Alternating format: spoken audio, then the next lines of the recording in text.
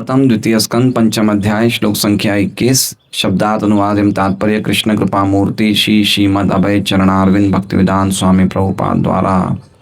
कालम कर्म स्वभावम च माहेशो माया स्वया आत्मन्यत्रच्छया प्राप्तम विभुभूषुर उपाददे।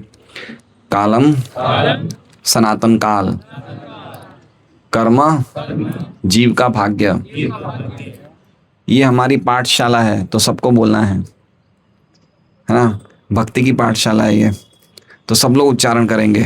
कालम सनातन काल, कर्म जीव का भाग्य, स्वभावम प्रकृतिम च भी माया शक्ति ईशा नियंता माया शक्ति से स्वया अपनी आत्मन आत्मनि अपने को यत्रच्छया स्वतंत्रता पूर्वक प्राप्तम तदाकार होकर विभुभूषुः भिन्न दिखने वाले उपाददे पुनः सृजित होना स्वीकार किया।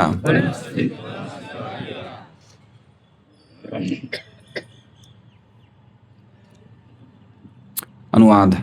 समस्त शक्तियों के नियंता श्री भगवान अपनी ही शक्ति से सनातन काल समस्त जीवों के भाग्य तथा उनके विशिष्ट स्वभाव का सृजन करते हैं और फिर स्वतंत्र रूप से उन्हें विलीन कर लेते हैं। ओम अज्ञानतिमिरान्धस्य ज्ञानाञ्जनशलाकया चक्षुरुन्मीलितं येन तस्मै श्रीगुरुवे नमः।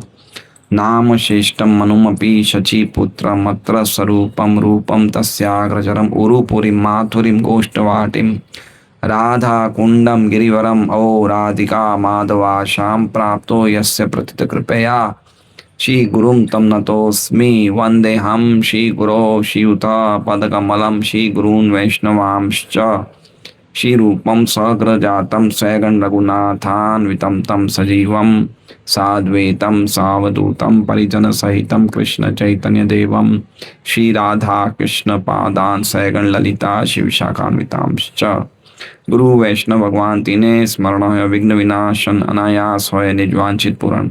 हरे कृष्णा कृष्णा कृष्णा हरे हरे, हरे राम राम राम हरे हरे। सभी भक्तों का भागवतम क्लास में स्वागत है। तो बहुत ही सुंदर श्लोका है और ये श्लोक उस प्रश्न का उत्तर है जो नारद जी ने ब्रह्मा जी से पूछा था। यथा सृष्टम इदम, ये सृष्टि कैसे आ रही है। इसी अध्याय के दूसरे श्लोक में नारद जी ने 5-6 प्रश्न किए थे। इसमें एक प्रश्न ये था कि ये सृष्टि कैसे कहाँ से आ रही है, किस प्रकार सृष्टि चल रही है ना। यथा सृष्टम इदम, ये जगत किस प्रकार कार्य कर रहा है, सृष्टि कैसे कार्य कर रही है और सृष्टि कहाँ से आ रही है। सृष्टि मतलब समझ रहे हैं ना, क्रिएशन। क्या हिंदी में और क्या शब्द होता है, रचना, भौतिक जगत की रचना, सृष्टि, और क्या कहते हैं, क्रिएशन अंग्रेजी में बोलते हैं।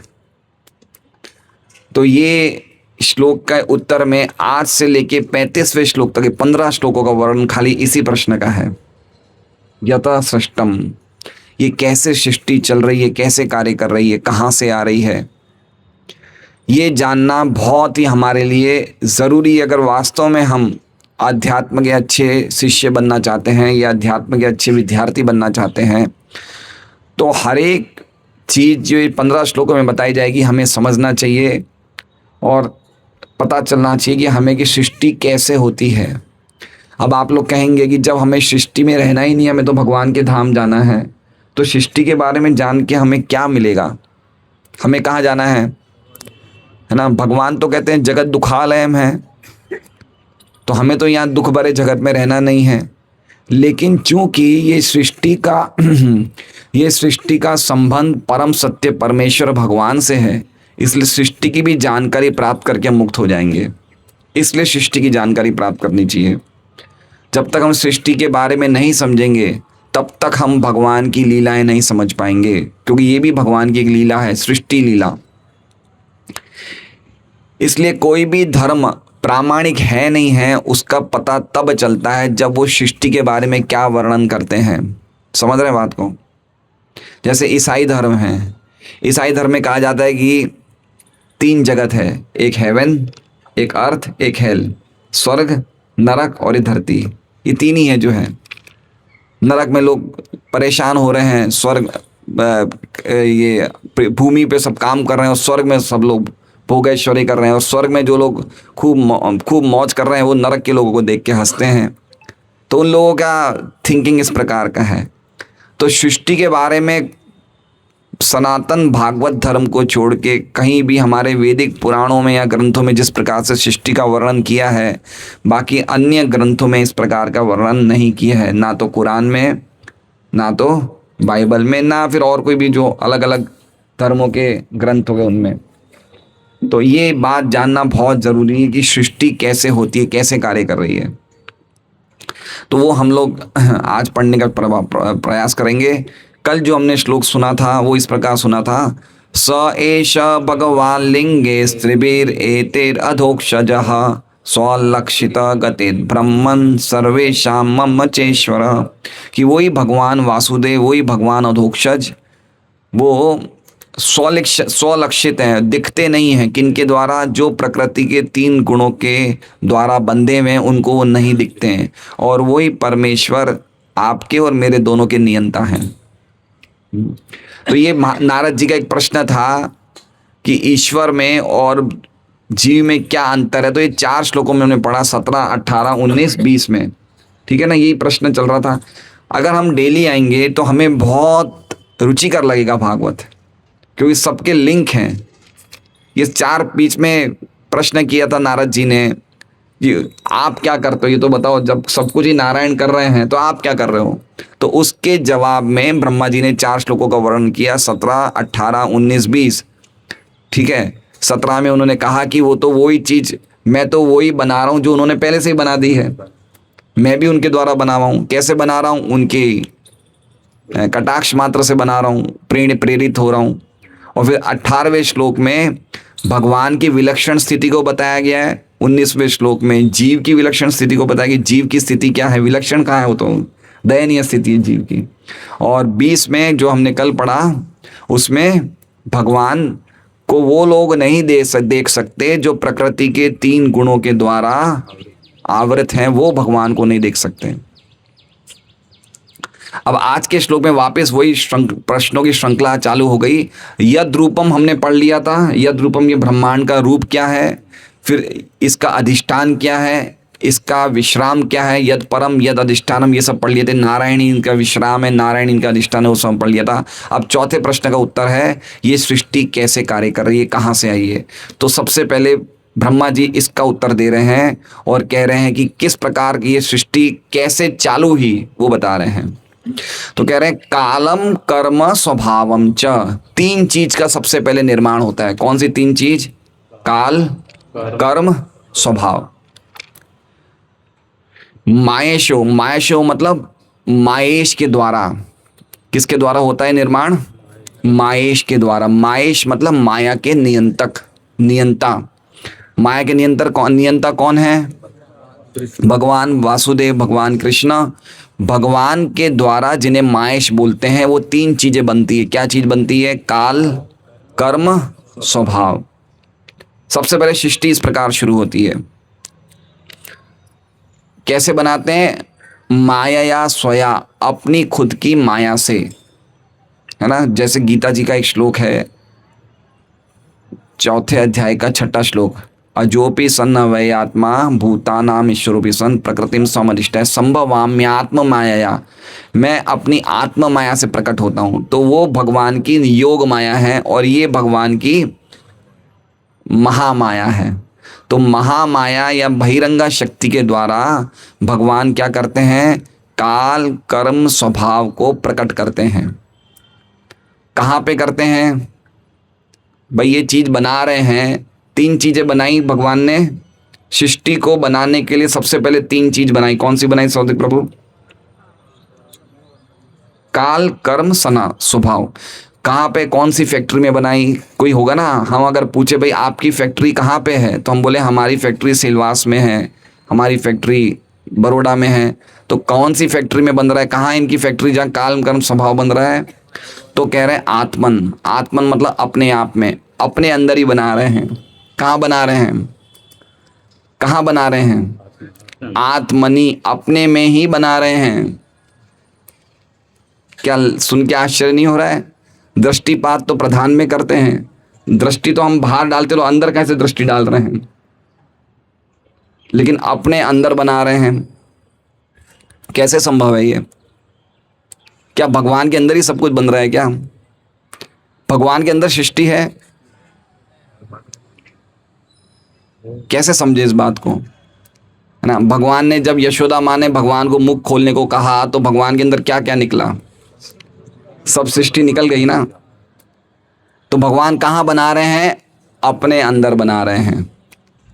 किसी के कहने पे बना रहे हैं? नहीं, यदृच्छया, अपनी खुद की मीठी इच्छा के द्वारा बना रहे हैं।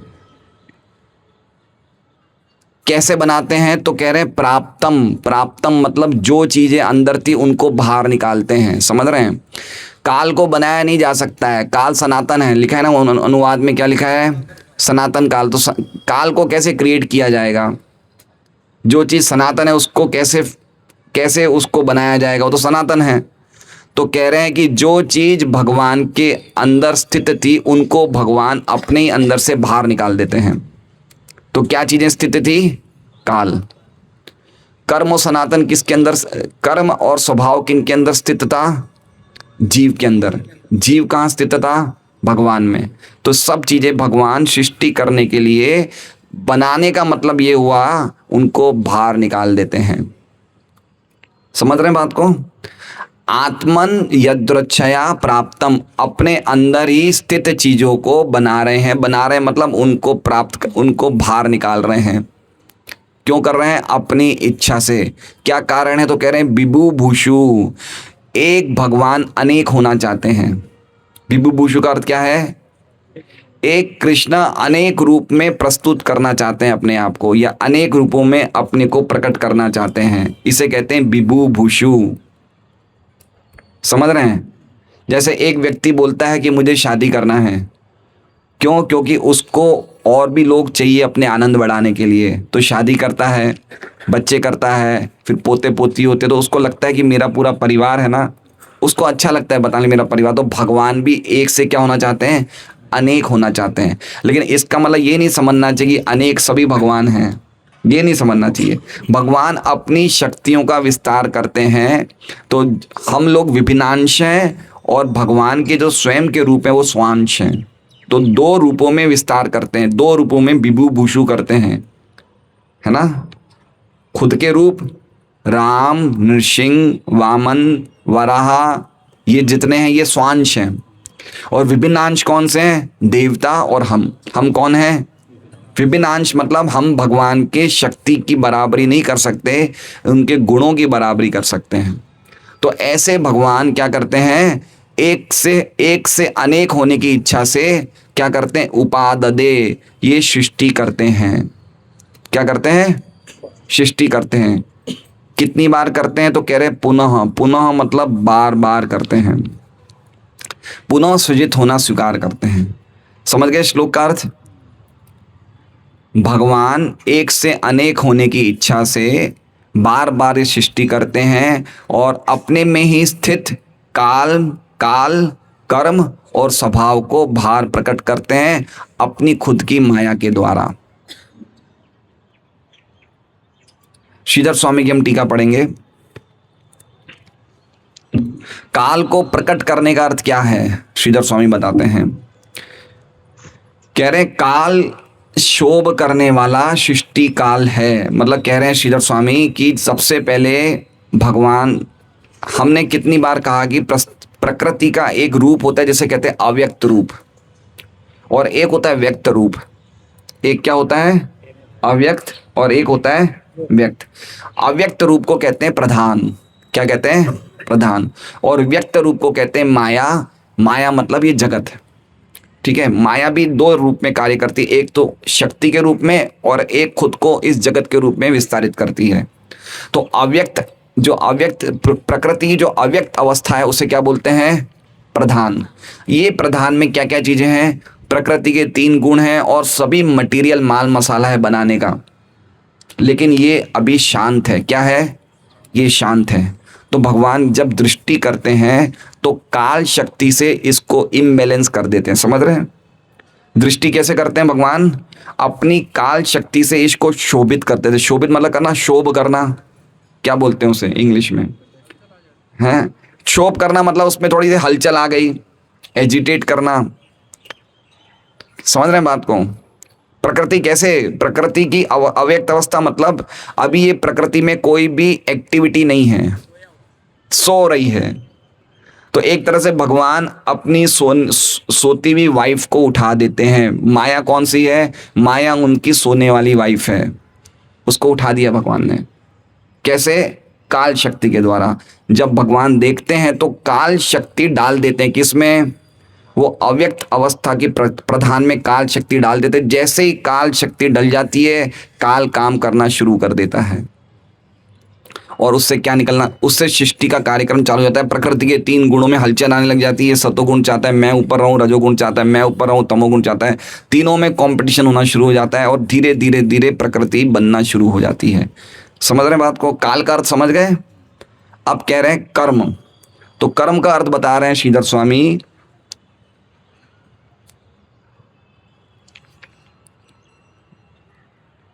कर्म मतलब जीव के अदृष्ट पुण्य और पाप। कैसे पुण्य पाप है? अदृष्ट। अदृष्ट मतलब दिखते नहीं है। देखिए एक बात समझिए, अगर मान लीजिए कि कोई व्यक्ति का एक्सीडेंट हो जाता है, मान लीजिए मेरा रास्ते पे एक्सीडेंट हो गया, तो इसका मतलब क्या है? इसका मतलब क्या है? इसका मतलब ये है कि मैंने पूर्व काल में कोई ना कोई गलत काम किया था। कोई भी घटना घटित होती है, चाहे अच्छी चाहे बुरी, उसके पीछे हमारे कर्म होते हैं। ठीक है? तो मान लीजिए मैंने पिछले जीवन में या पिछले कोई समय में या पिछले काल में या कोई भी टाइम पे मैंने कोई गलत काम किया जिससे मुझे क्या हुआ? एक्सीडेंट हुआ। अब मैं ये चाहूं कि मैंने कौन सा गलत काम किया था, कौन से युग में किया था, वो नहीं दिखेगा, इसलिए कह रहे हैं अदृष्ट। समझ रहे हैं बात को? वो नहीं दिख सकता है। हम ये जरूर समझ सकते हैं कि ये हमसे कुछ गलत काम हुआ था। देखिए 4 चीजें हैं ना, अच्छा शरीर, सुंदर शरीर, धनी पैसा, अच्छी विद्या, अच्छा परिवार। अगर किसी के पास है तो उसने समझना चाहिए उसने पिछले जीवन में अच्छा काम किया होगा, लेकिन कौन सा अच्छा काम किया, कब किया, वो दृष्ट नहीं है, वो अदृष्ट है। और ऐसे ही मान लीजिए हमने कोई बुरा काम किया है, हम ये निकालने जाएंगे कि कब किया बुरा काम जिसका फल मुझे अभी मिल रहा है, वो हम पता नहीं लगा सकते, इसलिए कह रहे हैं अदृष्ट है। जैसे धृतराष्ट्र महाराज के बारे में बताया था कि इन्होंने बहुत जन्मों पहले कुछ सामूहिक चिड़ियाओं का वध कर दिया था, तो इसलिए इनके 100 बच्चे मारे गए। लेकिन कुछ कुछ एक्सेप्शनल केस होते हैं जिसमें कुछ पता लग जाता है, लेकिन कब किया, कौन से टाइम किया, ये हमारे लिए जानना संभव नहीं है, ना ही हमें प्रयास करना चाहिए। हमें तो ये समझना चाहिए कि अगर हमारे साथ अभी कुछ खराब हो रहा है, इसका मतलब और कोई दोषी नहीं है, हमारे कर्म ही पिछले जीवन में कुछ खराब थे, उनके कारण ही खराब हो रहा है। ठीक है, ये बात समझना चाहिए। ये पुण्य पाप जो हैं, ये भी जो पुण्य पाप बता रहे हैं, ये ओरिजिनल पुण्य पाप नहीं है। एक होते हैं डुप्लीकेट पुण्य पाप, एक होते हैं ओरिजिनल पुण्य पाप। जैसे आपने वृक्ष लगा लिया, एक आपने कोई प्यासे को पानी पिला दिया, ये भी पुण्य है, लेकिन ये पुण्य ओरिजिनल नहीं है। कौन से पुण्य है? डुप्लीकेट। क्यों? क्योंकि इनका फल मिलने पे ख़त्म हो जाते हैं। जैसे मान लीजिए कि सत्यराज ने एक पानी की प्याऊ खोली इसके घर के नीचे, खूब पानी वानी पिला रहा है, तो हो सकता है इसको उसका बहुत अच्छा फल मिले, सब कुछ अच्छा धन वन मिले, लेकिन वो क्या है, वो पुण्य का बैलेंस जब 0 हो जाएगा तो इसका भोग ऐश्वर्य सब खत्म हो जाएगा।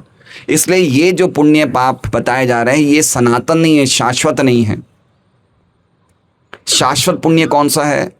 शाश्वत पुण्य है पुण्य श्रवण कीर्तन, भगवान की कथा सुनना, भगवान के नाम का जप करना, भागवत पढ़ना, भागवत सुनना, ये कौन सा पुण्य है? ये शाश्वत पुण्य है, क्योंकि ये पुण्य करने से हमारा ओरिजिनल स्वभाव जागृत हो जाएगा, हमारा भक्तिमय नेचर जागृत हो जाएगा। बाकी पुण्य करने से हमें अच्छी सुविधा मिलेगी, लेकिन उस पुण्य का बैलेंस खत्म हो गया तो सुविधाएं बंद हो गई। ठीक है ना? राजा नृग ने यही तो किया था, वो पुण्य करना चाहते थे, पाप करना नहीं चाहते थे। वो गलती से गायों का इधर उधर लेन देन हो गया तो उसके चक्कर में छिपकली बन गए। तो ऐसा चक्कर है, इसलिए कह रहे हैं कर्म का अर्थ है जीव के अदृष्ट पुण्य पाप, और स्वभावम वो अदृष्ट परिणाम का कारण है। स्वभाव क्या है? अदृष्ट क्या है? जीव के कर्म, और वो कर्म का कारण क्या है? स्वभाव।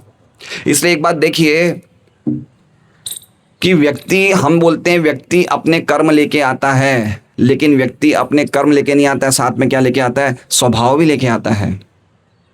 क्या लेके आता है? स्वभाव। और स्वभाव कैसे स्वभाव बनाता है जीव?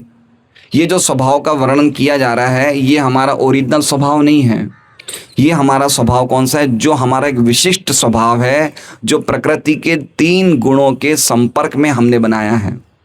जैसे मान लीजिए कि धर्मवत्सल प्रभु का बहुत गुस्से वाला स्वभाव है, तो इससे हम ये पता लगा सकते हैं कि पिछले जीवन में या पिछले काल में इन्होंने तमोगुण का खूब संग किया होगा और ये बहुत गुस्से वाले होंगे पहले। वही व्यक्ति वही स्वभाव लेके आता है। अगर कोई व्यक्ति बहुत अच्छे नेचर का है, बड़ा दानवीर नेचर का है, बड़ा खुले हृदय का है, तो इसका मतलब पिछले जीवन में स्वर्ग लोक कहीं से आया है, कोई अच्छे स्वभाव का है। समझ रहे हैं? स्वभाव हम वो के वही लेके आ रहे हैं। कोई बड़ा गाली गलौज करता है, चिड़चिड़ा है, तो इसका मतलब पूर्व काल में भी ये गाली गलौज करने वाला था, इसका स्वभाव ऐसा ही था। स्वभाव हम सब अपने अपने लेके आ रहे हैं। क्यों? क्यों ये स्वभाव किसने बनाए? हमने ही बनाए। कैसे? प्रकृति के 3 गुणों के संपर्क में। इस जगत में क्या चीज़ है, हम इतने दिनों से क्या पढ़ रहे हैं? हर जगह प्रकृति के 3 गुणों का राज्य चल रहा है यहाँ पे। जैसे हम कुछ बात करते हैं किसी से कोई व्यवहार करते हैं, किसी से कोई काम करते हैं, तो तुरंत हमारा स्वभाव बन जाता है, और वो स्वभाव के अनुसार फिर हम अपना जीवन को बनाते हैं, और उस स्वभाव के अनुसार फिर हम काम करते हैं। तो ये सब आपस में इंटरलिंक्ड है। अब मान लीजिए हम भक्ति में आ गए, कोई क्रोधी है, कोई द्वेषी है, कोई निंदा करने वाला है, कोई बड़ाई करने वाला है, कोई अच्छा है, लेकिन ये जितने भी स्वभाव है ना, ये स्वभाव सब बद्ध हैं प्रकृति। अब हमें भक्ति में आने के बाद क्या करना चाहिए? अगर हम भक्ति में आने के बाद प्रामाणिक गुरु के मार्गदर्शन में उनके कहे गए नियमों का पालन करेंगे, तो हम तीनों ये स्वभाव से हम ऊंचे आ जाएंगे, हमारा दिव्य स्वभाव हो जाएगा। एक होता है स्वरूप, एक होता है स्वभाव। स्वरूप क्या है हमारा? स्वरूप क्या है? हम भगवान के अंश हैं, हम भगवान के दास हैं। तो स्वभाव क्या होना चाहिए हमारा? हम सेवक हैं। लेकिन हम यद्यपि कर रहे हैं सेवा, लेकिन हम मान क्या रहे हैं? अपने आप को प्रभु मान रहे हैं। क्या मान रहे हैं अपने आप को? हम अपने आप को सेवा कर रहे हैं, लेकिन मान रहे हैं प्रभु। मतलब स्वभाव तो गड़बड़ा गया ना। क्यों मान रहे हैं ऐसा? क्योंकि हमारा स्वभाव बदल गया। स्वभाव क्या हो गया? इसलिए हम सुनते नहीं हैं। भक्त लोग आपस में एक दूसरे की सुनते नहीं हैं। हम यस मैन नहीं, हम नो मैन है। नो मैन वाला समझ रहे हैं? हम कभी भी हाँ बोलने के लिए तैयार नहीं है, हम पहले क्या बोलते हैं? ना। एक बार एक भक्तों का आपस में ग्रुप हो रहा था, वो सीनियर डिवोटी आपस में काफ़ी परेशान थे, बोले भक्त लोग हमारी बात ही नहीं सुनते। तो दूसरे भक्त ने बोला कि अरे जब ये भगवान की नहीं सुनते तुम्हारी कहाँ से सुनेंगे? भाई भगवान की नहीं सुन के तो यहाँ आया है, तो जब भगवान की नहीं सुनेंगे तुम्हारी कहाँ से सुनेंगे? तो ये स्वभाव जो है हमारा विद्रोही स्वभाव है, उस स्वभाव की बात कर रहे हैं। तो ये स्वभाव हम लेके आते हैं अपने साथ, और ये स्वभाव हमने खुद ने कमाया है। हमने खुद ने कर्मों के द्वारा स्वभाव बना रहे हैं, स्वभाव से हमारे कर्म बन रहे हैं। तो ये सब क्या है? ये सब भगवान प्रकट करते हैं। प्रकट करते हैं मतलब बनाते नहीं हैं। ये सब खाली इसमें होता ये है, जैसे मान लीजिए कि मेरा चिड़चिड़ा स्वभाव है, गुस्से वाला स्वभाव है, गलत स्वभाव है या अच्छा स्वभाव है, मेरा शरीर का अंत हो जाता है। मैं शरीर का अंत होने के बाद ऐसे ही मैं अगले शरीर में आता हूँ, स्वभाव के अनुसार, कर्मों के अनुसार। ऐसे करते करते एक दिन सृष्टि का प्रलय हो जाता है। क्या हो जाता है? सृष्टि का प्रलय हो जाता है। वापस सृष्टि बनती है। उसके पहले करोड़ों साल तक हम भगवान में कहाँ रहते हैं? भगवान के अंदर भी। भगवान ने सब कुछ कहाँ से निकाला? अंदर से निकाला ना। तो हम अंदर रहते हैं। तो जब हम अंदर रहते हैं तो हमारे कर्म और हमारे स्वभाव भी हमारे साथ अंदर रहते हैं, नष्ट नहीं होते हैं। क्या नहीं होते हैं? नष्ट नहीं होते। और जब अगली प्रकृति होती है, अगली सृष्टि होती है, तो वो की वही चीजें बाहर आ जाती है। इसलिए किसी की चोरी करने का स्वभाव है तो समझ लेना पिछले जीवन में भी चोर होगा ये। समझ रहे हैं? वही चीजें वापस आ रही है, वही चीजें वापस आ रही है। तो ये अगर आप भागवत पढ़ेंगे अच्छी तरह तो हम लोग सब लोग छोटे छोटे एस्ट्रोलॉजर बन सकते हैं। क्या बोलते हैं उस एस्ट्रोलॉजर को? ज्योतिषी। समझ रहे हैं? पिछले जीवन में क्या क्या हम समझ जाएंगे भाई। अभी टपोरी है तो पहले भी टपोरी होंगे।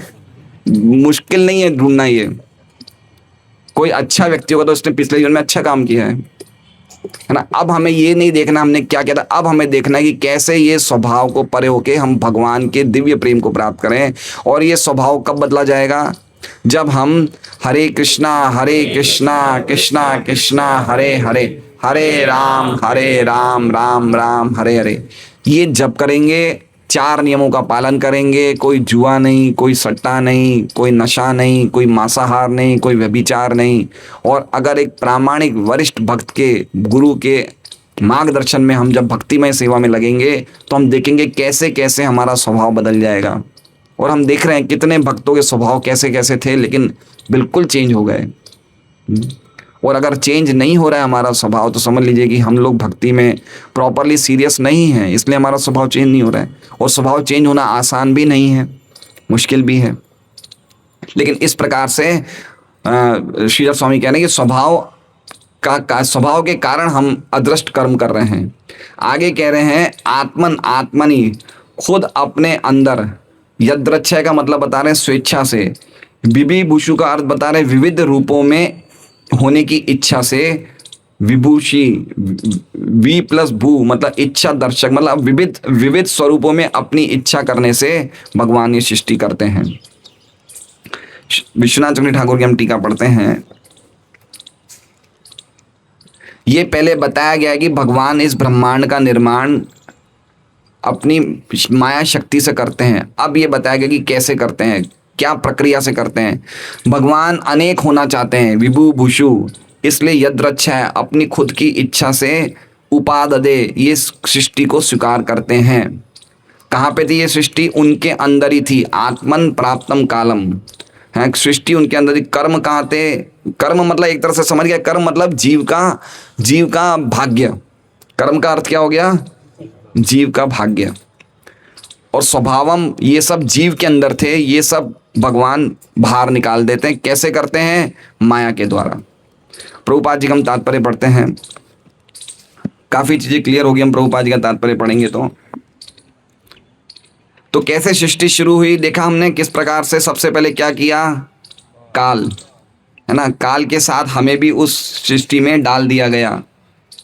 और इस प्रकार से काल के साथ जीव और उसके स्वभाव सब आपस में एक दूसरे के साथ इंटरेक्ट करते हैं। धीरे धीरे हमारा कामकाज चालू हो जाता है। तात्पर्य, इस भौतिक संसार का सृजन हर बार ये प्रलय के पश्चात बारंबार होता रहता है, जिसमें परमेश्वर बद्ध जीवों को अपने अधीन रखकर कर्म करने देते हैं। समझ रहे हैं बात को? ये भौतिक संसार का सृजन कैसे होता है? कैसे होता है? ये पहला सृजन है क्या? ये बार बार होता है। कितनी बार होता है? बार बार। हंसुल प्रभु, आपकी कितनी शादी हो चुकी है? कितनी शादियां कर चुके हैं? अभी थके नहीं क्या आप?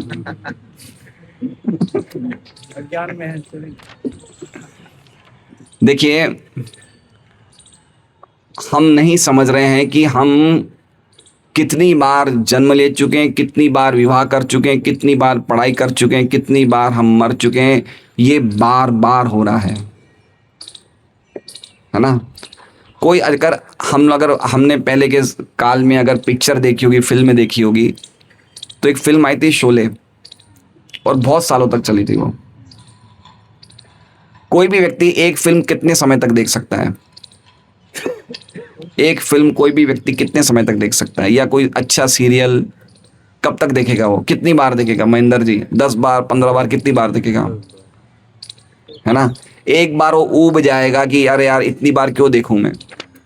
लेकिन हम लोग इस जगत के शो को देखना मिस नहीं कर रहे।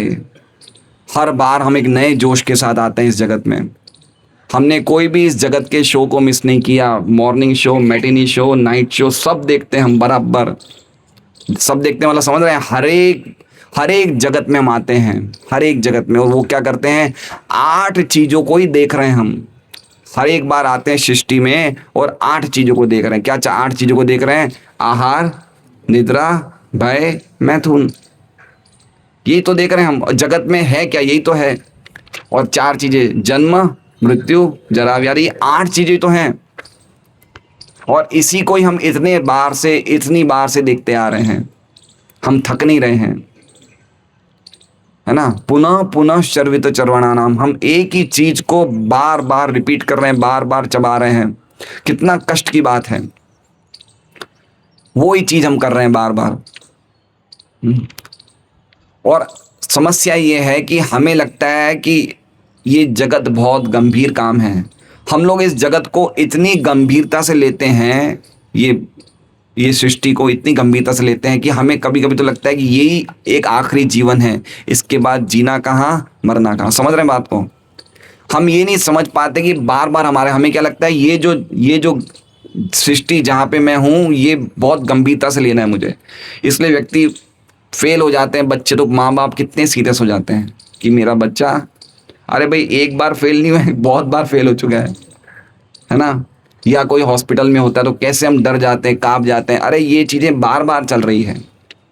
हमने कभी ये नहीं सोचा कि इसके अंदर से बाहर कैसे निकले। हम खाली इसी ब्रह्मांड को ही बड़ा गंभीरता से ले रहे हैं, बहुत गंभीरता से ले रहे हैं। और इतनी ज़्यादा गंभीरता से ले रहे हैं कि हमें लगता है कि इसके बाद कोई दूसरा जीवन है ही नहीं। इसलिए तो लोग आत्महत्या कर रहे हैं। आत्महत्या करते हैं क्यों लोग हैं? क्योंकि उनको लगता है कि मेरे साथ ऐसा क्यों हुआ, मेरे साथ ऐसा नहीं होना। अरे भाई ये एक बार नहीं हुआ, ये बार बार हो रहा है, ये बार बार हो रहा है। इसलिए कहा गया उपाददे। उपादि का मतलब प्रभुपाद क्या बोलते हैं? पुनः सृजित होना, पुनः बार बार होना, है ना?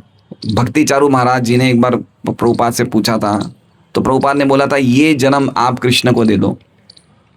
तो भक्ति चारू महाराज ने बोला कि अगर मैं कृष्ण को नहीं प्राप्त कर पाया, बोले ऑलरेडी इतने जन्म तो तुमने वैसे ही बेकार कर दिए, एक जन्म और बेकार हो जाएगा, नहीं प्राप्त कर पाए, तुम्हारा नुकसान क्या है? लेकिन अगर मिल गए तो बोले एक जन्म कृष्ण को दे दो। तो हम ये बात नहीं समझ रहे हैं। हम लोग, सब लोग इस जन्म को बहुत सीरियसली ले रहे हैं। हमें गंभीरता, किसको हम गंभीरता ले रहे हैं? हम 8 चीज़ों को बड़ा गंभीरता से ले रहे हैं। कौन सी 8 चीज़ें? जो अभी हमने बताई। और 4 चीज़ों को हम गंभीरता से नहीं ले रहे हैं। हम किस में ले रहे हैं? खेल खेल में ले रहे हैं। कौन सी 4 चीज़ें? मनमना, बहुमत भक्तो, मध्याजी। ये 4 चीज़ों को हम गंभीरता से नहीं ले रहे हैं। अरे तो कर लेंगे, भक्ति तो बाद में कर लेंगे, कोई ऐसा थोड़ी है। अभी तो पूरी उम्र बाकी है ना? अभी तो घर की ओपनिंग करिए भाई, सब मेहमान आ रहे हैं, भक्ति बाद में कर लेंगे। प्रभु जी गाँव गए थे, गाँव में घर बनाना था, रीडिंग नहीं हो पाई। तो हम क्या सोचते हैं? घर बनाने का काम बहुत ज़रूरी है, रीडिंग बाद में कर लेंगे। सही बात है, नहीं है? हमने किसको गंभीर बना रखा है? इस ब्रह्मांड में हमारा जो अस्तित्व है, जो कुछ समय के लिए, चंद सेकंड के लिए है, उसको हमने कितनी गंभीरता से लिया है। और जो हमारा सनातन कार्य है उसको हम गंभीरता से नहीं ले रहे हैं। फिर एक दिन जब घुटने दुखेंगे, मुंह दुखने लग जाएगा, दांत दुखने लग जाएगा, आंखें काम नहीं करेगी, तब हम गंभीर बनेंगे। लेकिन जब उस टाइम गंभीर बनेंगे तब क्लास में बैठ के झपकी आएंगी, तो गंभीर बन ही नहीं पाएंगे हम। गया पूरा जीवन। कमल दल जल जीवन टलमला, है ना? ऐसे निकल जाएगा, ऐसे चुटकी में, पता ही नहीं चलेगा। अरे अभी तो हम पढ़ाई कर रहे थे, अभी ये हो गए थे। और सबसे बड़ी बात क्या है पता है? सबसे बड़ी बात क्या है? जीवन चुटकी में निकल जाता है, लेकिन वापस जन्म हो जाता है। बहुत बड़े दुख की बात है कि हमने इतना मेहनत किया, यहाँ पे इतना सब इकट्ठा किया, लेकिन सब कुछ चला गया, वापस जन्म हो गया। अब क्या होगा अगले जीवन में, पता नहीं। तो इसलिए प्रभुपाद, भगवान कह रहे हैं कि ये जगत जो है मैं बार बार बनाता हूँ। आगे देखिए क्या कह रहे हैं। भौतिक सृष्टि असीम आकाश में बादल के समान है। वास्तविक आकाश तो आध्यात्मिक आकाश है, जो ब्रह्म ज्योति की किरणों से निरंतर भरा रहता है, और इस असीम आकाश का एक अंश भौतिक सृष्टि रूपी महत तत्व के बादल से आच्छादित होता है। इसका मतलब क्या है? देखिए, दो आकाश हैं। कितने आकाश हैं? अभी हम जो देख रहे हैं आकाश कहाँ है? कहाँ है आकाश? बताइए, आकाश कहाँ है? आकाश सब जगह है ना। वायु से भी सूक्ष्म आकाश है।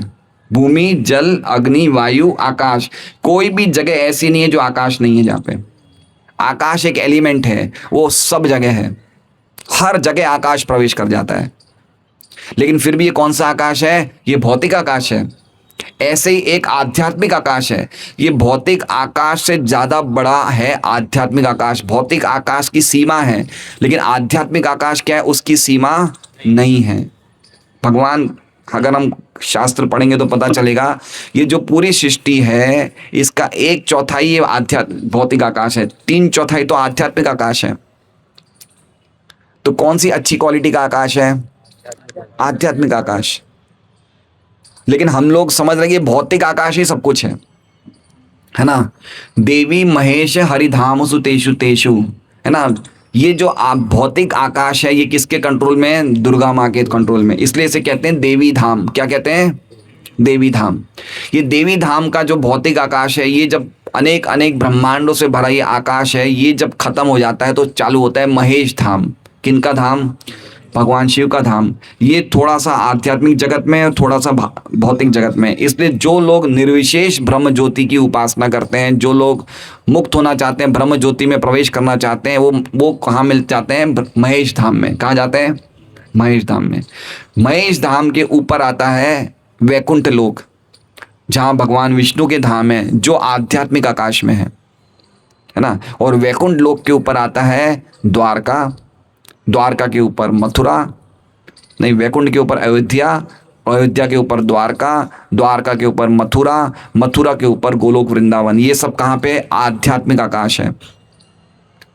हमें वहां जाने के लिए प्रयास करना चाहिए। हम भौतिक आकाश को ही सब कुछ समझ बैठे हैं, है ना। हमने कभी देखा है कि ये जगत में खाली बार बार सृष्टि हो रही है, क्या ऐसी जगह है जहाँ हमें जाना चाहिए? कभी हम सोचते हैं?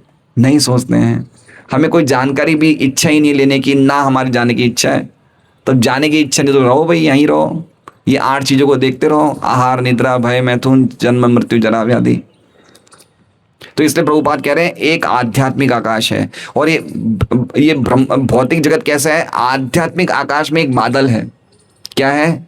एक छोटा सा बादल है जिसमें सभी भौतिक तत्वों का समूह है, जिसे कहते हैं महत तत्व। उसी में सब भौतिक जगत है। लिखा है ना इसमें, ब्रह्म ज्योति की, हाँ, ये इस असीम आकाश का एक अंश भौतिक सृष्टि रूपी महत तत्व के बादल से आच्छादित होता है, जिसमें भगवान की बहिरंगा शक्ति के नियंत्रण में रहकर इच्छानुसार कर्म करने के लिए बद्ध जीव को छोड़ दिया जाता है, जो भगवान की इच्छा के विरुद्ध अपनी प्रभुता जताना चाहते हैं। समझ गए?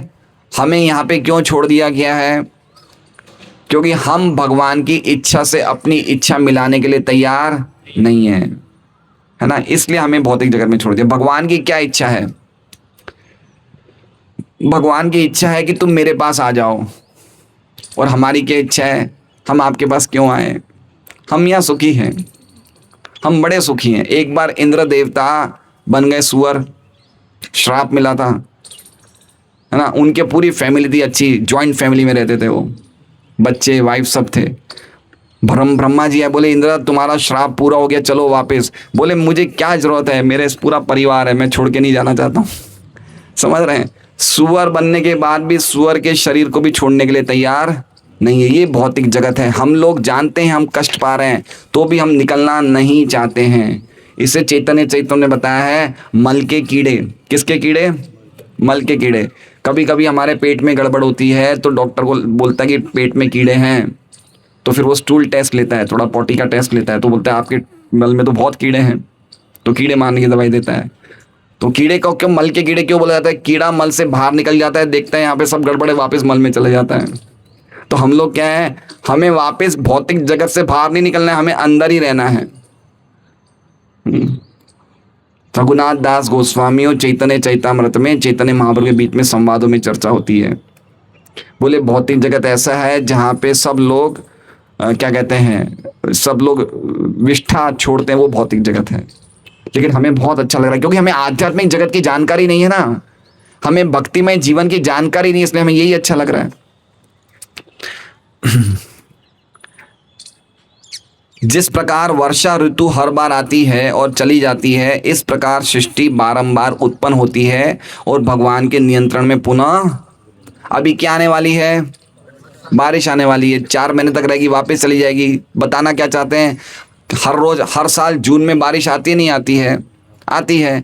तो हर बार सृष्टि होती है और चली जाती है, सृष्टि भी होती है, प्रलय भी हो जाता है ना। तो आगे क्या बता रहे हैं, जिसकी पुष्टि श्रीमद् भागवतम में 8.19 में हुई है। कौन सा श्लोक है, भूत ग्राम स एवायम भूतवा भूतवा प्रलीयते रात्र्याग में अवश्य पार्थ प्रभवत्य राग में। बहुत सुंदर श्लोक है ये, गीता जी का 8वें अध्याय का 19वां श्लोक।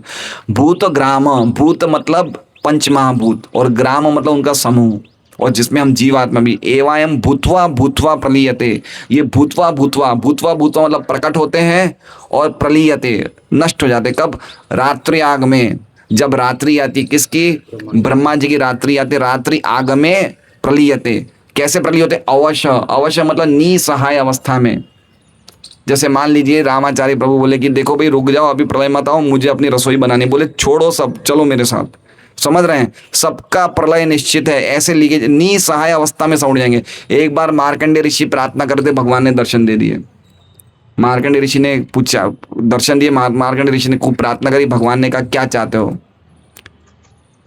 तो बोले कि मैं एक बार आपकी माया शक्ति कैसे काम करती है मैं देखना चाहता हूं। तो मार्कंडेय ऋषि ने बोला कि मैं आपकी माया शक्ति कैसे कार्य देखना चाहता हूं। तो जितने में भगवान ने बोला ठीक है, भगवान अंतर्धान हो जाते हैं तुरंत। तो मार्कंडेय ऋषि के आश्रम में पूरा जल जला हो जाता है, पानी वानी भर जाता है, पूरा ब्रह्मांड पानी से भर जाता है। और ब्रह्मा जी के 2 दिन तक वो उस जल में परेशान होते रहे, उनको कभी मगरमच्छ काट रहे हैं, कुछ खा रहे हैं, और 2 दिन तक मार्कंडेय ऋषि, 2 दिन मतलब समझ रहे हैं कितना होता है, करोड़ों अरबों साल तक मार्कंडेय ऋषि उस वो जल में, जो जल में तैरते रहे। फिर उन्होंने एक तट पे देखा, एक बहुत सुंदर बरगद का पेड़ है, और बरगद के पेड़ पे एक छोटा सा पत्ता है, और उस पत्ते पे भगवान का दर्शन किया, और भगवान अपना ही अंगूठा चूस रहे हैं। तो मार्कंडेय ऋषि ने जब ऐसे भगवान को देखा, इतने सुंदर लगे, तो वो भगवान ने तुरंत अपनी सांसों में मार्कंडेय ऋषि को खींच लिया। तब मार्कंडेय ऋषि को जब अंदर खींचा तो देखा कि मैं तो वापस अपने आश्रम में आ गया हूँ, कितना शांति है। लेकिन थोड़ी देर के बाद वापस बाहर निकल जाते और वापस वो जल सागर में तैरते रहते हैं। उसके बाद वो वापस नॉर्मल, मतलब उनको खाली सृष्टि बताई भगवान ने कि ये माया कैसे कार्य कर रही है। तो हम इस प्रकार से हम लोग तैर रहे हैं, भव सागर में तैर रहे हैं। तो ये सब किस पे बोल रहे हैं, स्वभाव पे और कर्म पे और काल पे बोल रहे हैं। प्रभुपाद की तात्पर्य से हमें पता चलेगा। इस तरह भौतिक जगतों की सृष्टि तथा प्रलय श्री भगवान के नियमित कार्य हैं, जिसमें बद्ध जीवों को इच्छानुसार क्रीड़ा करने और अपना अपना भाग्य निर्मित करके प्रलय के समय अपनी स्वतंत्र इच्छाओं के अनुसार पुनः जन्म लेने के लिए छोड़ दिया जाता है। क्रीड़ा करने का मतलब देखिए क्या लिखा हुआ है, इच्छानुसार क्रीड़ा।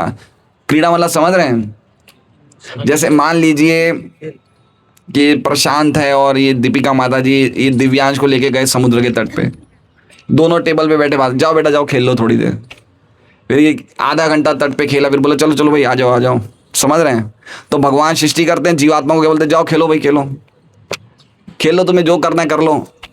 जैसे कभी कभी बच्चे, छोटी बच्चियां होती है, वो मम्मी की कॉपी करने के लिए, वो बनाने, रसोई बनाने के लिए वो छोटा सा वो बेलन ले आती है और बोलती है मैं रोटी बनाऊंगी। तो माँ जानती है कि असली रोटी नहीं बना सकती, बहुत छोटी है, तो क्या बोलते हैं, ये तो एक चकला बेलन दे दिया प्लास्टिक का, मम्मी कैसी रोटी बनाई। तो हम लोग क्या कर रहे हैं, ऐसे खिलवाड़ कर रहे हैं, है ना, अपने सपनों का महल बनाते हैं। भगवान बोले चलो प्रलय का टाइम हो गया, चलो आ जाओ वापस आ जाओ। खेल रहे हैं, हमें खेलने दिया जा रहा है, और खेलने खेलने में हमने अपने मनुष्य जीवन के साथ ही खिलवाड़ कर लिया।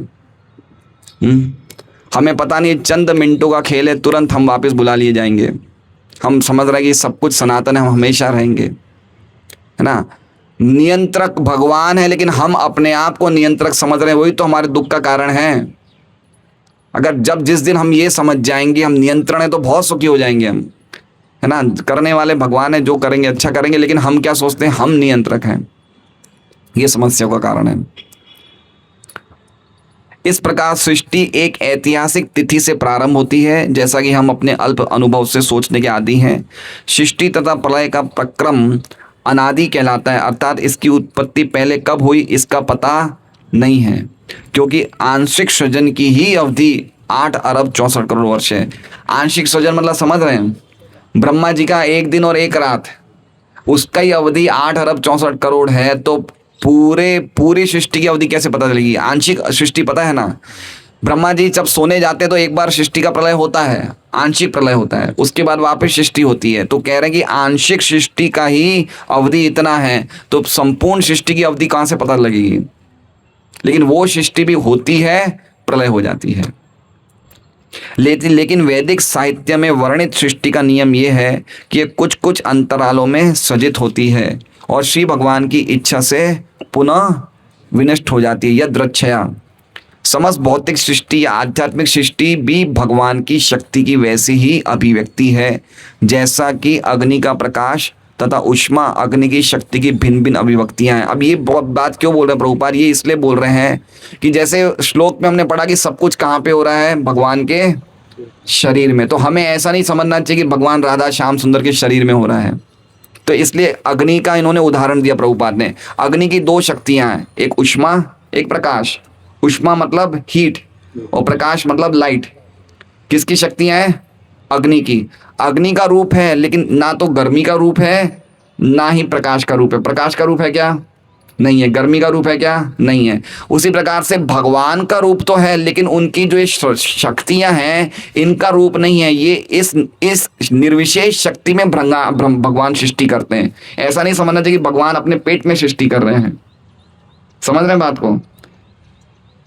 ये जो पूरी जगत की सृष्टि हुई है ये भगवान की निर्विशेष शक्ति में। भगवान कह रहे ना गीता जी, मया तदम इदम सर्वम, ये सब कुछ जो भी कुछ देख रहे हो ये सब मेरे निर्विशेष रूप से व्याप्त है। तो निर्विशेष जो रूप है, जो दिखता नहीं है, वो भगवान की शक्तियां ही हैं। लेकिन भगवान का रूप है, उनकी शक्तियां का रूप नहीं, लेकिन भगवान का रूप है। समझ रहे हैं बात को? काल का भी रूप है या नहीं है? काल का रूप है नहीं है? काल एक व्यक्ति है नहीं है? काल एक व्यक्ति नहीं है, भगवान की ही शक्ति है, दिव्य। भगवान से अभिन्न है काल। लेकिन आप काल को, मंदिर में काल को थोड़ी फूल चढ़ाएंगे। काल से आप कोई लेन देन थोड़ी कर सकते हैं एक व्यक्ति का। कृष्ण से कर सकते हैं, लेकिन कृष्ण की दिव्य शक्ति काल है, भगवान से अभिन्न है काल शक्ति, जिसका काम खाली तो नहीं बोल सकते, और भी बहुत काम है, सब कुछ है। लेकिन ये देखिए, काल भी 2 प्रकार के हैं। भौतिक जगत में काल का काम अलग है, आध्यात्मिक जगत में काल का काम अलग है। आध्यात्मिक जगत में काल क्या करता है? भगवान की लीलाओं को और ज्यादा विस्तारित करते हैं, भक्तों के साथ लीला को। और भौतिक जगत में काल सबको मार रहा है ना। ये पास्ट प्रेजेंट फ्यूचर जो है ये भौतिक जगत में, भूत भविष्य वर्तमान कौन सी जगत में है? क्योंकि काल कार्य कर रहा है। आध्यात्मिक जगत में काल कार्य नहीं करता है, काल खाली भगवान की लीलाओं का विस्तार करते हैं, भगवान की लीलाओं में सहायक करते हैं काल। ये जानकारी प्राप्त होना कितना जरूरी है, इसलिए मैंने कहा आप लोग सब भागवत रखिए, 5-5 सेट रखिए। सुनीता माता जी आए क्या आज? अच्छा, उनके भी सेट। माता जी आपके 10 सेट गाड़ी में ले लीजिएगा। तो माता जी ने 10 सेट लिए भागवतम के, तो सबको लेना चाहिए भागवतम सेट। ये पढ़ेंगे नहीं तो हमें कैसे जानकारी मिलेगी? देखिए, हमें सबको पता है कि जगत किसने बनाया। किसको पता है? रानी माता जी, जगत किसने बनाया है? भगवान ने बनाई। ये जानकारी हम भारतवासियों को सबको है। भौतिक जगत में तो लोगों को इतनी भी, पाश्चात्य जगत में तो लोगों को इतनी जानकारी नहीं। क्या बोलते हैं, एक बड़ा सा एक्सप्लोशन हुआ, बिग बैंग थियरी, एक बड़ा विस्फोट हुआ, उससे जगत बन गया। लेकिन भारत में इतने तो हमारा पुण्य कि हम समझते हैं कि जगत किसने बनाया? भगवान ने। लेकिन भगवान कैसे बना रहे हैं, जब हम वो पढ़ेंगे ना तो हम भगवान के प्रेमी बन जाएंगे। कैसे बना रहे हैं जगत, इसलिए तो मैं कह रहा हूँ 15 श्लोक बहुत जरूरी है। किस प्रकार हर एक चीज बन रही है भगवान, और भगवान की बिल्कुल जैसे कहते हैं ना तुच्छ, ये भौतिक जगत भगवान के लिए तुच्छ है। इसमें पर्सनली तो कुछ करते ही नहीं है, उनकी शक्तियों से सब हो रहा है।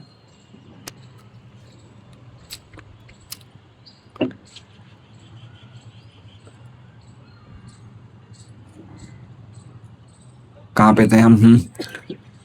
हाँ, समस्त भौतिक सृष्टि, आध्यात्मिक सृष्टि भी श्री भगवान की शक्ति की वैसी ही अभिव्यक्ति है जैसे कि अग्नि का प्रकाश तथा ऊष्मा अग्नि की शक्ति की भिन्न भिन्न अभिव्यक्तियां हैं। अतः भगवान शक्ति के ऐसे विस्तार, भगवान श्री भगवान शक्ति के ऐसे विस्तार द्वारा ही निर्विशेष रूप के रूप में विद्यमान रहते हैं और संपूर्ण सृष्टि उनके निर्विशेष पक्ष पर आश्रित है। ठीक है, संपूर्ण सृष्टि कहाँ बनी? उनके निर्विशेष पक्ष पर आश्रित है। ठीक है, भगवान खुद नहीं कर रहे हैं कुछ डायरेक्टली, उनकी शक्तियों के द्वारा ये जगत, भौतिक जगत उनकी शक्तियों के द्वारा बन रहा है और चल रहा है। पर्सनली भगवान क्या करते हैं? व्यक्तिगत रूप से भगवान क्या करते हैं विजय नारायण जी? चुपचाप बैठे रहते हैं या क्या करते हैं? भगवान भक्तों के साथ लीला कर रहे हैं। जो व्यक्तिगत रूप है, जैसे राधा श्याम सुंदर है, राधा माधव है, वो भगवान अपने भक्तों के साथ अनेक क्रीड़ाएं करते हैं। और उनका जो ये निर्विशेष रूप है, जो सर्वव्यापी रूप है, जिसका कोई रूप नहीं है, वो शक्ति से ये सृष्टि बन रही है। देखिए, भगवान का समझना, भगवान क्या कर रहे हैं वो समझना चाहिए। हमें लगता है भगवान ने जगत बनाया, जगत बना के छोड़ दिया, हम भोग करेंगे। ऐसा नहीं है, भोगता भी वही है ना। हमें क्या लगता है, भगवान ने जगत बनाया, हमारे लिए बनाया, हमें खूब मौज मस्ती करनी है, बस इतनी पूजा करनी है। आधा घंटा बैठ जाओ, हनुमान चालीसा बोल दो, तौलिया लपेट के बैठ जाओ, अगरबत्ती बता दो। अरे इतना नहीं है। भगवान को जब समझेंगे तो पता चलेगा भगवान कितने महान है, भगवान के प्रेमी बन जाएंगे हम। ज़्यादातर हमारा क्या कंसेप्ट है मन में, सृष्टि बनाई है भगवान ने, बस हमें इतना ही पता है, और ज़्यादा जानना भी नहीं है, हमें खूब काम करना है, पैसा कमाना है बस। लेकिन ये नहीं है, ये जब समझेंगे तब पता चलेगा कि भगवान की क्या महानता है। हम उसके आगे नहीं जाना चाहते हैं। भारत में जो जन्म मिला है उसके आगे जाने के लिए मिला है, उससे आगे और जानो भगवान को। अथा तो ब्रह्म जिज्ञासा, उसके आगे और जिज्ञासा करो, कैसे सृष्टि बना रहे हैं भगवान। कोई प्रश्न नहीं पूछता स्कूल में, कॉलेज में कि कैसे सृष्टि बन रही है। सृष्टि की चीज़ों को भोगने में बड़ा आनंद आता है, लेकिन बन कैसे रही है, कहाँ से आ रही है, ये हमें नहीं जानना है। ये तो मनुष्य जीवन का कर्तव्य है। तो भी वे अपने आप को ऐसी सृष्टि से पूर्णम के रूप में पृथक रखते हैं। सब कुछ है लेकिन वो अपने अलग हैं, उनको इससे कोई लेना। ऐसा नहीं कि भगवान वो निर्विशेष हो गए, निराकार हो गए, नहीं। भगवान का एक रूप अलग है जो अपना आनंद अलग ले रहे हैं, और सृष्टि का काम उनका निर्विशेष रूप कर रहा है। अतः किसी को गलत तरीके से ये नहीं सोचना चाहिए कि वे अपने निर्विशेष असीम विस्तार के कारण साकार रूप में विद्यमान नहीं होते हैं। उनका निर्विशेष विस्तार उनकी शक्ति की अभिव्यक्ति है, और वे अपने असंख्य निर्विशेष विस्तारों के होते हुए भी सदा अपने साकार रूप में विद्यमान रहते हैं। आत्मन पे कह रहे हैं, ऐसा नहीं समझना चाहिए भगवान के अंदर बन रहा है मतलब वो खुद बना रहे हैं। उसके पर्सनल शरीर में नहीं हो रहा है, पर्सनल शरीर तो उनका सच्चिदानंद है, ये उनकी शक्तियों से हो रहा है सब। श्रीमद् भगवद गीता 9.5.7 मानवीय बुद्धि के लिए ये कल्पना कर पाना अत्यंत कठिन है कि किस तरह सारी सृष्टि भगवान की शक्ति के विस्तार पर टिकी है। लेकिन श्री भगवान ने सारी सृष्टि लेकिन भगवान ने भगवद गीता में एक बहुत सुंदर उदाहरण दे रखा है। उसमें कहा है कि यद्यपि वायु तथा परमाणु आकाश के विशाल विस्तार में टिके हैं, जो प्रत्येक भौतिक वस्तु के लिए विश्राम का आगार है, तो भी आकाश पृथक तथा अप्रभावित रहता है। इसी प्रकार यद्यपि परमेश्वर अपनी शक्ति के विस्तार से उत्पन्न प्रत्येक वस्तु का पालन करते हैं, तो भी वे सदैव पृथक रहते हैं। ये सब बनाने के बाद भी वो अलग रहते हैं। हम ये सोच नहीं सकते, हमारी बुद्धि वहां तक जाएगी नहीं। लेकिन शास्त्र की बात स्वीकार करनी चाहिए कि सब कुछ भगवान के अंदर हो रहा है, लेकिन फिर भी भगवान उससे पृथक हैं। हम नहीं सोच सकते कैसे हो रहा है। एक बुढ़िया थी जो दूध बेचती थी। क्या बेचती थी? दूध बेचती थी। तो उसके पास दूध को नापने का लोटा था, 1 लीटर का लोटा था। डालती थी। तो एक बार उसको मन किया कि मैं कपड़ा खरीदूं, कपड़े की दुकान पे जाते हैं। तो उसने 5-6 मीटर कपड़ा पसंद कर लिया बुढ़िया ने। दुकानदार ने कहा कि भाई वो आज मेरा वो नापने का वो माप नहीं मिल रहा है, नापते ना वो मीटर, तो मिल नहीं रहा है, तो कैसे मैं काटूं कपड़े को। तो बुढ़िया बोली मेरा लोटा ले लो। तो बोले माता जी ये लोटे से कैसे नापूंगा। बोले इस लोटे से मैं हजारों लीटर दूध बेच चुकी हूँ, तुम नाप नहीं सकते। तो इस तरह से कहने का मतलब समझे, हम अपने लोटे रूपी बुद्धि से भगवान को नापना चाहते हैं। संभव है क्या? नहीं संभव है। भगवान का तरीका ही अलग है। हम कैसे समझ सकते हैं कि भगवान के अंदर ही हम बैठे हुए हैं और फिर भी भगवान अलग है? समझ रहे हैं? ये चीज़ें नहीं समझ सकते, लेकिन हमें मानना चाहिए कि ऐसा हो रहा है। हर एक जगह कृष्ण है, हर एक जगह देख रहे हैं सबको। ये काम क्या लगता है आपको मुश्किल है? हर एक के स्वभाव को देखना, हर एक के कर्म को देखना, हर एक टाइम देखना। हम लोग कितने जीव बैठे हैं, हम तो खाली 50-100 लोग हैं। ब्रह्मांड में एक ब्रह्मांड नहीं, अनेकों ब्रह्मांड है। सबके काल देखे जा, सबके कर्म देखे जा रहे हैं, सबके स्वभाव देखे जा रहे हैं। कौन कौन नोटिस कर रहा है, कौन लिख रहा है? क्या आसान काम है क्या? है ना? ये भगवान के लिए बिल्कुल तुच्छ काम है। उनके अनुसार उनको शरीर मिलता है, बिल्कुल परफेक्ट शरीर मिलता है। हर एक के पीछे कैसे जगत के एक योजना के अनुसार चल रहा है। हम ये सब समझेंगे तो हमारा जीवन बहुत ही अच्छा चलेगा, बहुत सुखी हो जाएंगे। हम किसी के बारे में गलत करेंगे ही नहीं। हमें पता चलेगा कि अगर हम बुरा करेंगे हमें बुरा मिलेगा, बुरा स्वभाव मिलेगा। क्यों करेंगे बुरा? है ना? बुरा क्यों करेंगे किसी का? वही चीज़ तो हमें मिल जाएगी। भाई जैसे मान लीजिए महाराज हैं, मैं महाराज की निंदा कर रहा हूँ तो इनके अच्छे गुण मेरे में आ जाएंगे, मेरे क्या कहते हैं, इनके बुरे गुण मेरे में आ जाएंगे और मेरे अच्छे गुण इनमें चले जाएंगे। देखिए, अब करिए निंदा। पता है निंदा करना क्या होता है? तिरस्कार करना, बुराई करना। मैं लीला कमल प्रभु की बुराई कर रहा हूँ तो लीला कमल प्रभु के जो बुराई हैं मेरे में आ जाएगी और मेरी अच्छाइयाँ कहाँ चली जाएगी? तो अगर लीला कमल प्रभु वास्तव में समझदार है तो क्या बोलेंगे? और बुराई करो, और बुराई करो। तो भक्तों को भी क्या बोलना चाहिए? अमानी ना मान देन, मेरा तो कोई मान है ही नहीं। है ना? भक्तों का स्वभाव कैसा बिल्कुल बदल जाएगा। है ना? त्रिनादपि सुनी चेना, हमारा कोई दीन अमान, कोई मान नहीं है, हम सबको मान देते हैं। इसलिए बहुत ज़रूरी चीज़ें समझना कैसे चल रही है शास्त्र। हमें लगता है बहू को लगता है मेरी सास बहुत डांट रही है, बहुत गुस्सा कर रही है, लेकिन सास तो वही चीज़ दे रही है जो आपने पिछले जीवन में किसी और को दिया था। वो तो खाली डिलीवरी कर रही है। समझ रहे हैं बात को? जैसे अभी रेती का टेम्पो आया, रेती खराब आई, हम टेम्पो वाले को पकड़ के मारेंगे, अरे उसने थोड़ी दिया, उसने भेजा कहाँ से? वो तो खाली डिलीवरी कर रहे हैं ना। तो हमारे सुख दुख जो उल्टे सीधे चीजें आ रही है, हम तो खाली, वो व्यक्ति तो खाली निमित्त है, कोई भेज तो और कोई रहा है। तो यही तो कर्म स्वभाव की, यही तो प्रक्रिया है, यही तो समझनी चाहिए। तो इससे हम अगला, चलो पिछले जीवन में हमने जो कुछ भी किया, लेकिन ये जीवन तो सुधार लें। क्यों किसी के बारे में गलत सोचें? क्यों किसी के बारे में रोष करें जब हमें पता है हम अपने स्वभाव का निर्माण कर रहे हैं? बहुत इंपॉर्टेंट चीज़ें ये सब, हमारे सामान्य जीवन के लिए भी सब बहुत आवश्यक चीज़ें हैं।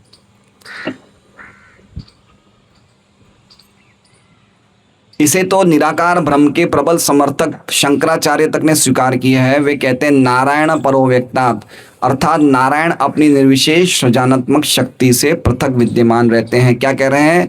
नारायण परो अव्यक्तात्। अव्यक्तात् मतलब जो प्रधान शक्ति है उससे परे नारायण है। कौन बोल रहे हैं? शंकराचार्य।